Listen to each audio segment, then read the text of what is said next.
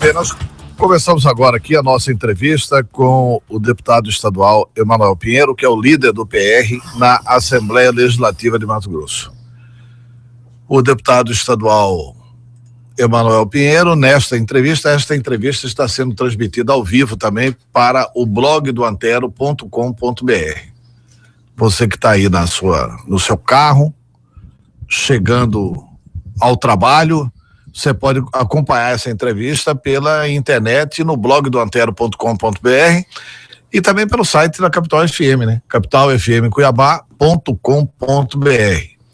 Embora o site oficial não esteja ainda no ar, mas você pode acompanhar também o áudio dessa entrevista. No blog do Antero você acompanha inclusive a imagem aqui com o deputado Emanuel Pinheiro dando a entrevista aqui nos estúdios da Capital FM.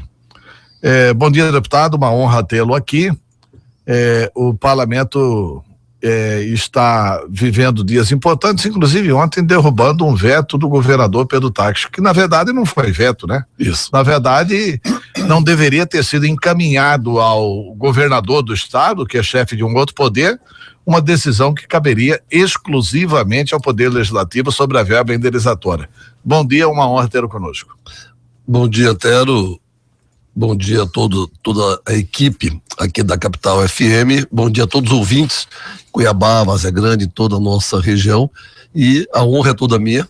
Já faz um bom tempo que eu gostaria de ser convidado, estava quase me convidando para poder vir aqui, poder ser prestigiado e honrado nessa entrevista pela Capital FM e pelo nosso grande Antero Paz Barros.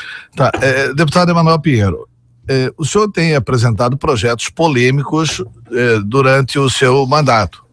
E este ano o senhor praticamente reapresentou duas teses que o senhor já havia discutido, não sei se havia apresentado como projeto de lei, mas que o senhor já havia discutido na legislatura passada, que é a questão de eleições diretas para o Ministério Público e para a Defensoria Pública. Como é que funcionariam esses projetos? Na verdade, Antero, é o fim da lista tríplice. As eleições continuam sendo diretas, certo? No Ministério Público.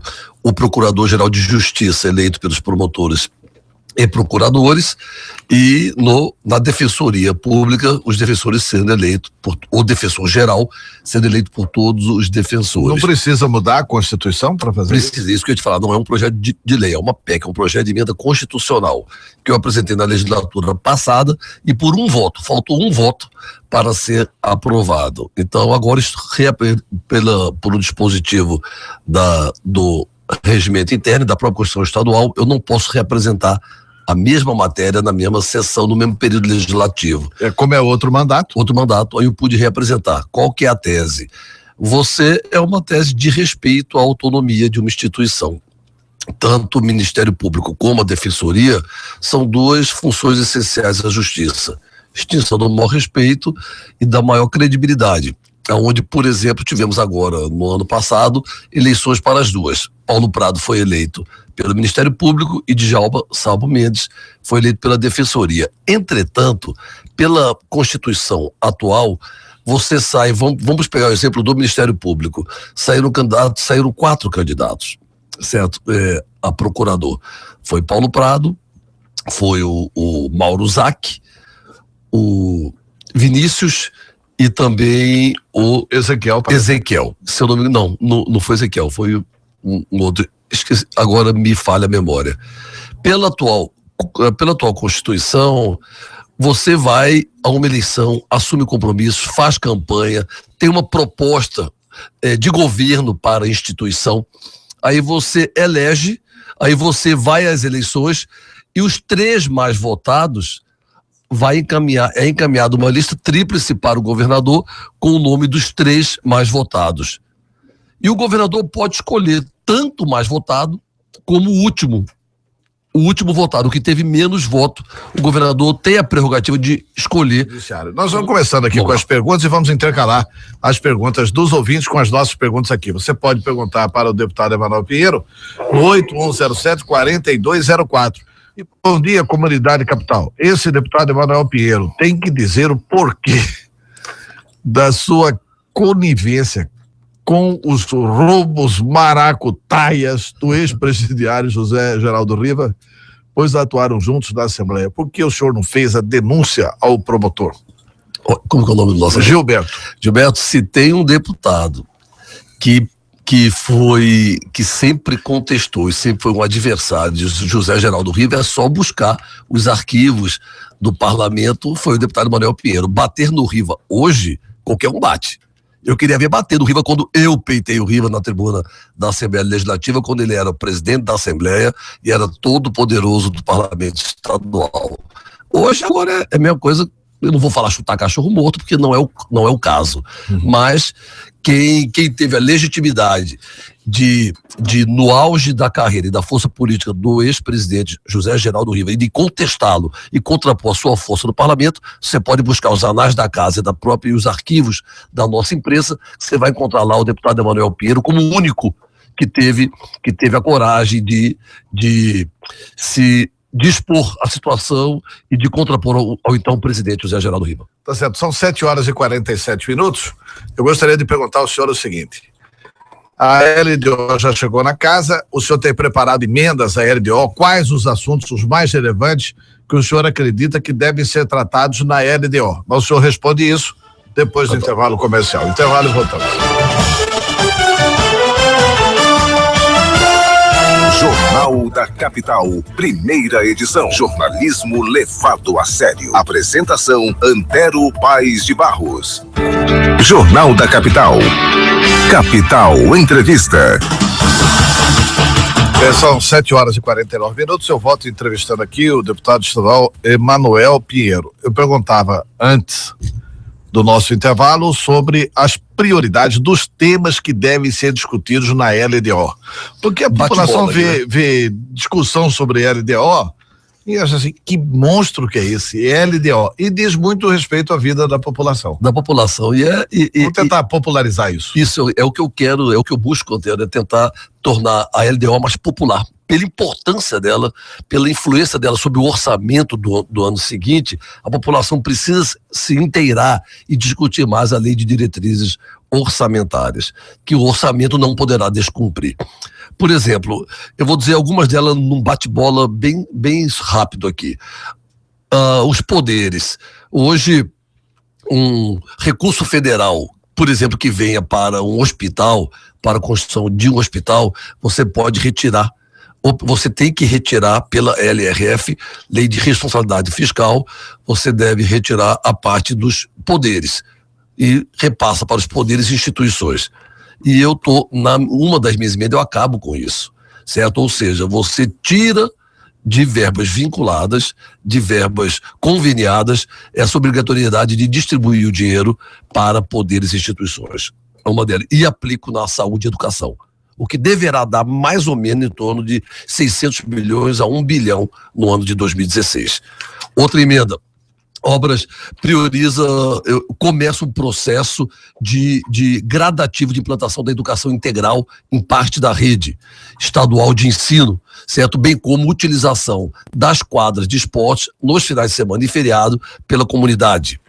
Outro projeto, prioridade para as obras paralisadas ou já iniciadas, como VLT, que é um tapa na cara da população cuiabana e vassagrandense, está aí largada, parada, simbolizando o descaso, não importa de quem, mas um descaso com o dinheiro público, e obras da matriz de responsabilidade da Copa do Mundo, infraestrutura, saúde, educação e segurança.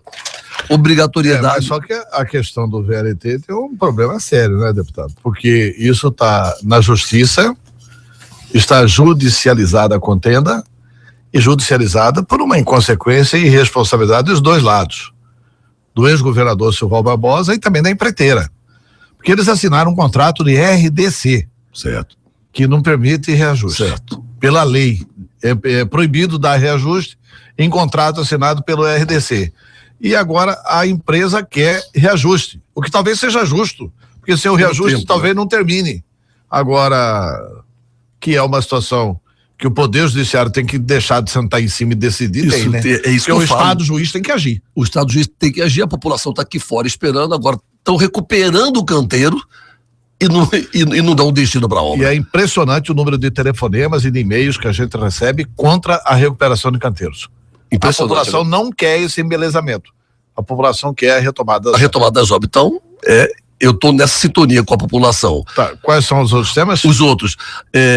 Existe hoje empresas entidades de caráter privado, que inclusive recolhem para o FETAB, que representam soja, boi, algodão e a madeira, que recebem dinheiro público e não prestam contas.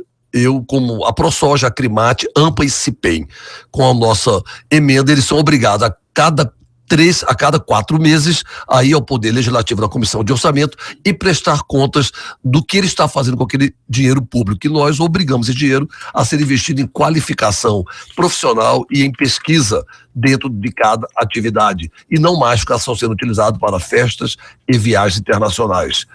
Também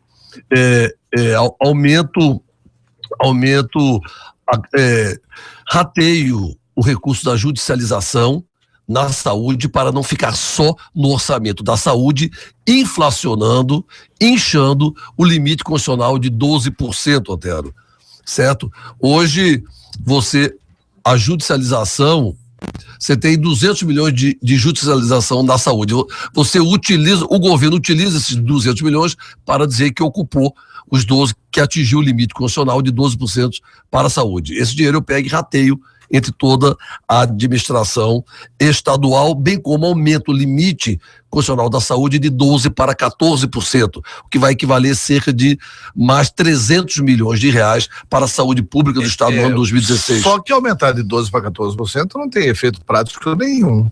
Nós já tivemos aumento em leis orgânicas municipais de 25% para 30% na educação, mas a exigência constitucional maior é de aplicar pelo menos 25% na educação, no mínimo, pode aplicar mais, né? Mas aplicar no mínimo 25% na educação. Então, e se cumprir essa exigência constitucional, não está fora da lei. Certo, mas hoje já se gastou 13,5. Como é que você vai voltar para trás?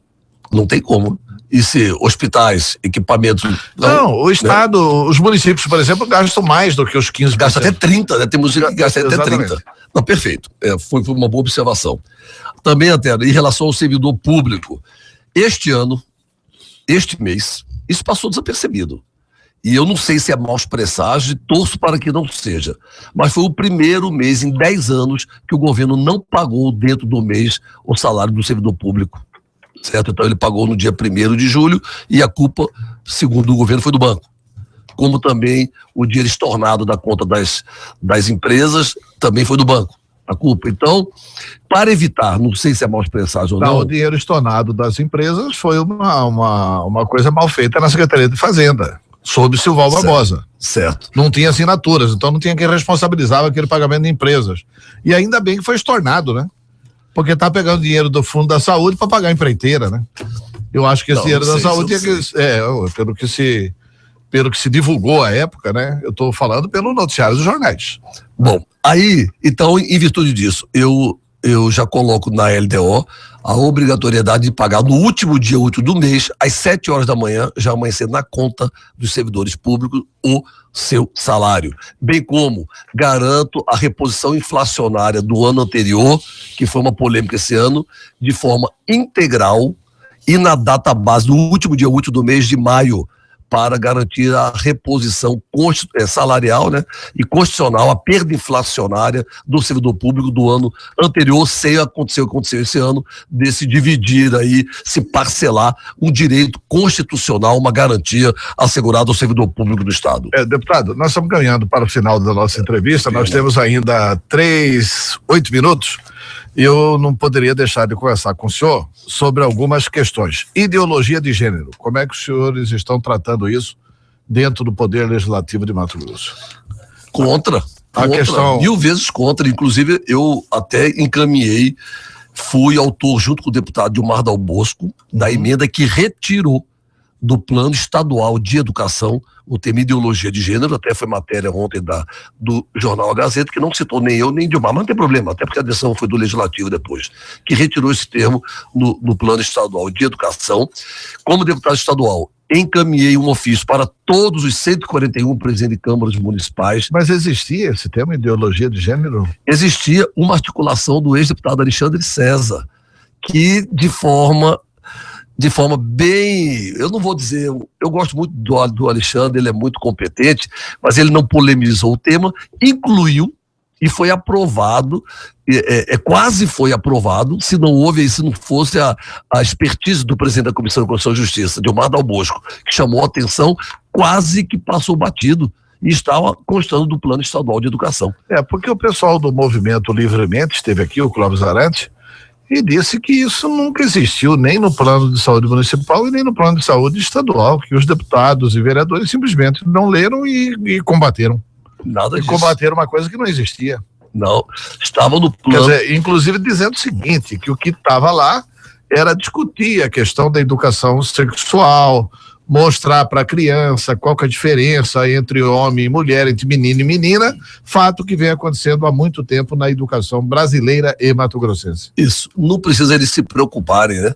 E fazer dessa forma, e agora alegando que não tinha. Tanto tinha que estava no Plano Nacional de Educação, Antero, que teria que as câmaras municipais votar até o dia 24 de junho. Mas, graças a Deus, caiu e eu me posicionei contra.